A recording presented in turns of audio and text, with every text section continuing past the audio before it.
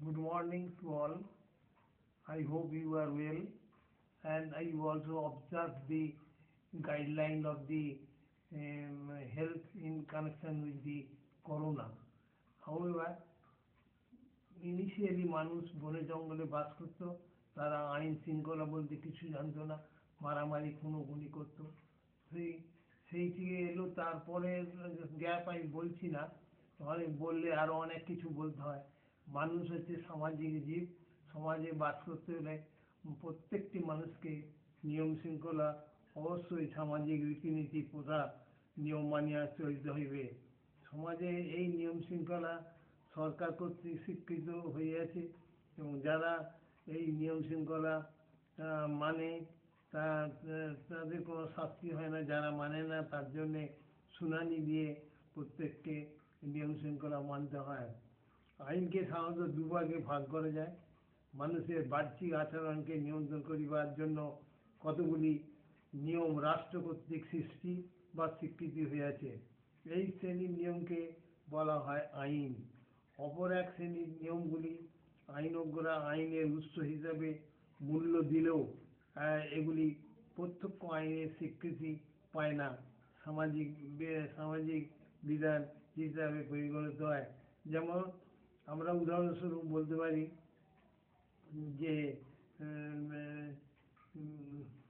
আইন আইন অনেকে ভঙ্গ করে, এবং সেই আইন ভঙ্গ করলে তাকে শুনানি দিয়ে তারপর তার অর্ডার পাস করা হয়। এবার আমি বলতে চাই definition and nature of law. যে সংঘবদ্ধ জীবনের অপরিহার্য শর্ত হইল বিধিনিষেধ। প্রফেসর লাক্সি বলেছে, সহজাত সংঘপ্রিয়তার মূলের জন্য প্রদত্ত মূল্যই হচ্ছে অনুশাসন। The regulation is the price of grievousness. সমাজ তত্ত্ব কতগুলি সাধারণ নিয়মকানুন অবশ্যই মানিয়ে চলতে হয়, অর্থাৎ সকলকে একত্রে বসবাসের সুযোগ দেবার জন্য প্রত্যেকের অবাধ আচরণকে সংযত করিতে হইবে। কতগুলি স্বীকৃত আচরণবিধি বিকৃতিতে পরিচালিত হয়।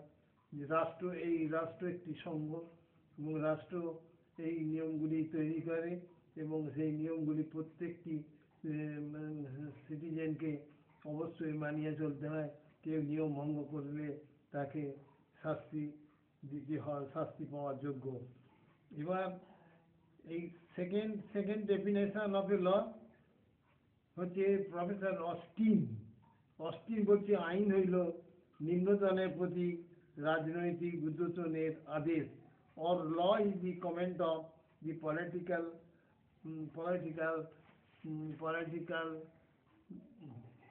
superior or sovereign to the political inferior।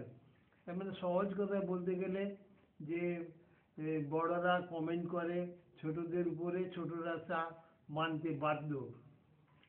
Professor Holland তিনি আইন কিভাবে ব্যাখ্যা করেছেন? সার্বভৌম রাষ্ট্রপতি কর্তৃক দ্বারা প্রযুক্ত মানুষের বাহ্যিক আচরণ নিয়ন্ত্রণ ও সাধারণ নিয়ম। The law is a rule of external human action enforced by the sovereign political authority। অধ্যাপক হল্যান্ড সংজ্ঞাটি বিশ্লেষণ করিলে আমরা কি পাই? প্রথমত হচ্ছে মানুষের আচরণবিধি সম্পর্কিত প্রবেশিকা মানুষের বাহ্যিক আচরণ নিয়ন্ত্রণ করে, রাষ্ট্র আইন প্রযুক্ত করে, কেউ আইন না মানলে তাকে শাস্তি দিতে হয়। উপরোক্ত সংজ্ঞা দুইটিকে বিশ্লেষণ করলে এই ল কাকে বলে তার মোটামুটি একটা কনসেপশন পাওয়া যায়। এবার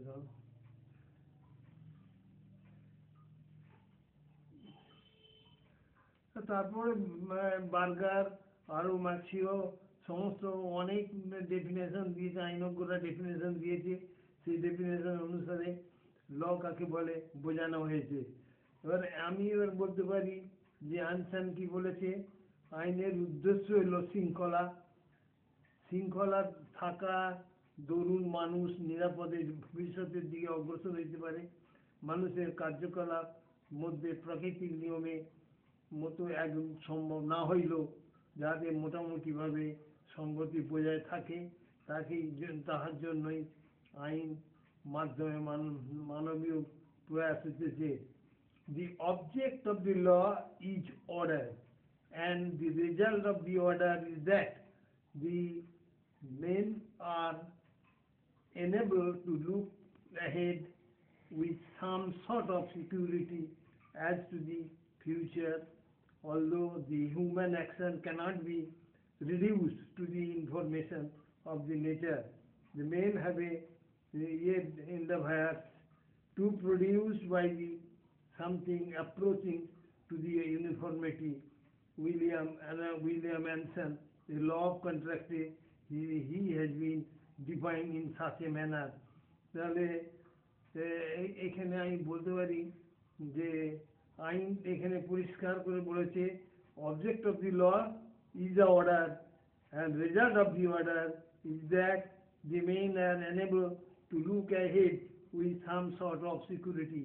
That means যে এখন আপনারা জানতে পারছেন যে মেয়েদের রাস্তায় বেরোনো যাচ্ছে না, দিল্লিতে অনেক ঘটনা ঘটে গেছে, সে সম্বন্ধে আপনারা অ্যাওয়ার আছেন, কিন্তু সেই জন্যে আইনজ্ঞরা আইনের ডেফিনেশন ক্লিয়ার করে বলে দিয়েছে যে object of the law is order and result of the order is that the men are enabled to look after some sort of security. আমি এ সম্পর্কে আরও সিকিউরিটি টু দি ফিউচার এ সম্বন্ধে আরও আমি এক্সাম্পল বলতে পারি যে আমাদের কলেজ ফাংশন হয়, ফাংশনের সময় পাশের বাড়ি মেয়েটি একই ক্লাসে পড়ে, ছেলেটি একই ক্লাসে পড়ায়, তার মা যখন মেয়েটি বেরিয়ে যাচ্ছে, তার মা আমাদের পাড়ার ছেলেকে ভালো করে বলছে যে দেখ বাবা, আমার মেয়েটাকে পাঠাচ্ছি,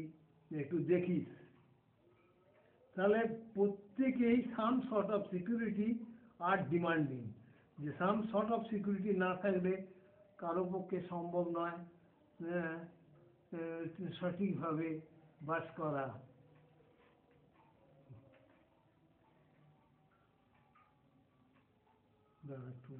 জিনিস বাকি হয়ে গেল।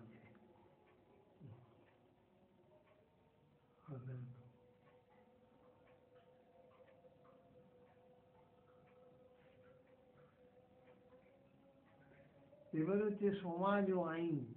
সমাজ ও আইন সম্পর্কে হচ্ছে আইনের বৃহৎ গ্রন্থে রাষ্ট্র কেবলমাত্র কবিতায় নতুন আইন বাক্য সংযোজিত করে অথবা একটি ছত্র কাটিয়া বাদ দেয়।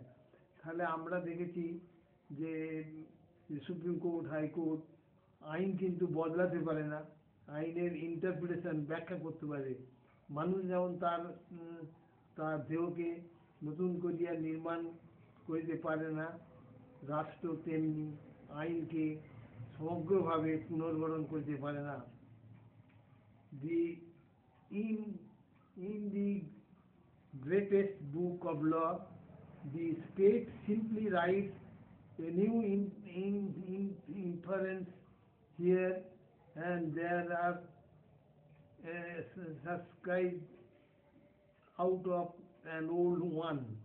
The state cannot more recommendation or reconstitution at the any time law as the whole then a man can resemble his body. তাহলে এখানে এই ডেফিনেশন অনুসারে মানুষ যেমন তার বডিকে শুদ্ধভাবে স্বচ্ছভাবে রাখতে পারে, সেরকম তাকে আইনও তাই বলছে, তাকে সমস্ত আইন মেনে চলতে হবে, আইন না মানলে তাকে শাস্তি দেবে। আইনের সমস্ত ডেফিনেশন সম্পর্কে আরও অনেক আছে। বার্কার বলেছেন, তারপর মার্ক্সীয় চিন্তাধারা বলেছে, অ্যানসন বলেছে, আরও আছে। এই হচ্ছে মোটামুটি ল কাকে বলে তার ডেফিনেশন উদাহরণ দিয়ে আমি বলে দিলাম। এবার হচ্ছে সমাজ ও আইন, society and the law. Society and the law, উঠিতে আইন, বসিতে আইন, ও উঠিতেও নিয়ম, বসিতেও নিয়ম, সিট থাকিতেও নিয়ম। তাহলে দেখা গেছে যে ক্লাসের মধ্যে যখন পড়াচ্ছি ঠিক সেই সময়